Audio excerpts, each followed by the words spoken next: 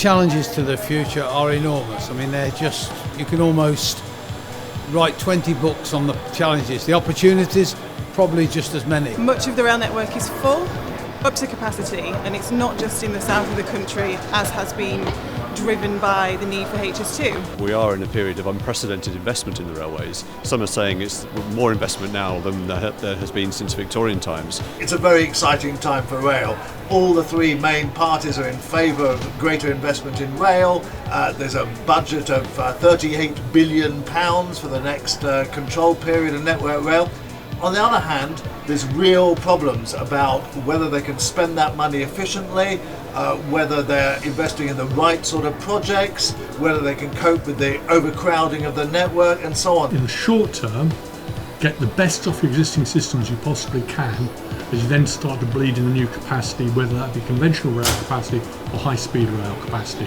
But you have to get the best off your existing systems first. The trick of this is going to be using all that deep expertise that's within the rail industry and then blending that with lots of new ideas, lots of fresh thinking as well around technology, around sustainability, and really to make the most of the investment that's going to go in. It's about learning from other sectors too, because this is not just about innovation in the rail sector. Actually, as I say, it's what we can learn from kind of defence and aerospace. You look at major programmes around the world, whether they're in the water space, the major infrastructure space. There's a lot of learning that can be taken and brought into this country to help the major client organisations to deliver these big programmes, these big infrastructure projects more efficiently and more effectively. What we have is a split within Britain between poor connectivity in the north, which affects economic output, and a very overcrowded south. So yes, we need to rebalance north and south, and that means projects like High Speed 2. If you think about a 40-mile radius around Manchester, you're encapsulating all of Liverpool, Sheffield, Leeds.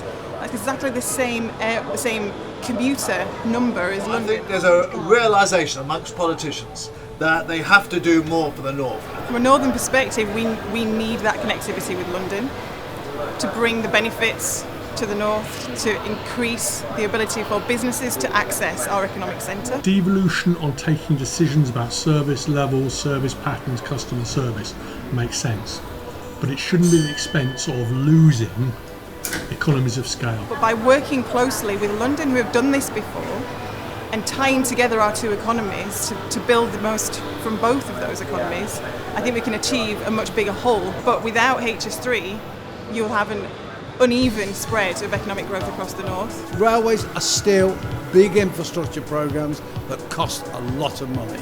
Some of that doesn't have to be from the public purse, because there are new models around community rail lines, such as in Devon, where they're looking to open up a line from Plymouth to Tavistock, reopen that line using a different kind of model, a community rail model, working with a house builder. I don't think it requires a change in the model. I think it requires every part of the model itself to change its operating efficiency and its capital efficiency very significantly. Ultimately, if one were to be able to be really successful, it means delivering the same capital outputs for, let's say, half the cost of today. It also means delivering the actual day-to-day operating railway for, let's say, half the cost of today, and then ploughing back some of that money into better value for money for the passengers. If fares become too expensive, people don't travel. The fares issue has become as contentious as fuel price rises. I don't think that this government will dare to put up fares beyond the rate of inflation for all its 5 years in office. Modern technology must take the forefront, which means a change in attitudes. What's required is kind of improved decision support systems for not just the actual operators, but also for the passengers, so the passenger can make better choices in terms of when to travel and how to travel, and it's particularly at times of disruption. We can come up with new and better ways of doing things that means we have fewer people needed to be out on the ground. So we can actually overcome some of this long-term skill shortage by using innovation and improved use of technology.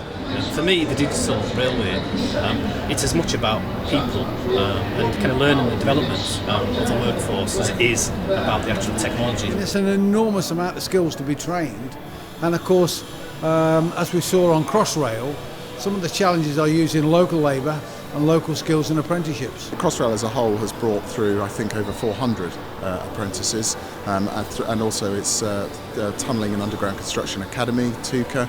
But we need to extend that, and there are lots of targeted programmes to make sure that we do start capturing these skills and making engineering an appealing place to be. There's a need to train and develop new people, attract new people into the industry, recognising this is a 20, 30-year programme. So it's not just people now, but we need to be training and developing the people for the future and encouraging young people who are taking GCSE degree choices now to come into this sector. Aside from targeting schools and getting people interested in STEM subjects, is then bringing on the long-term unemployed people through training packages, and also addressing areas of the workforce that we don't traditionally recruit from. We need to get more women coming into engineering and really promoting the fact that everybody can have very fulfilling careers in this sector.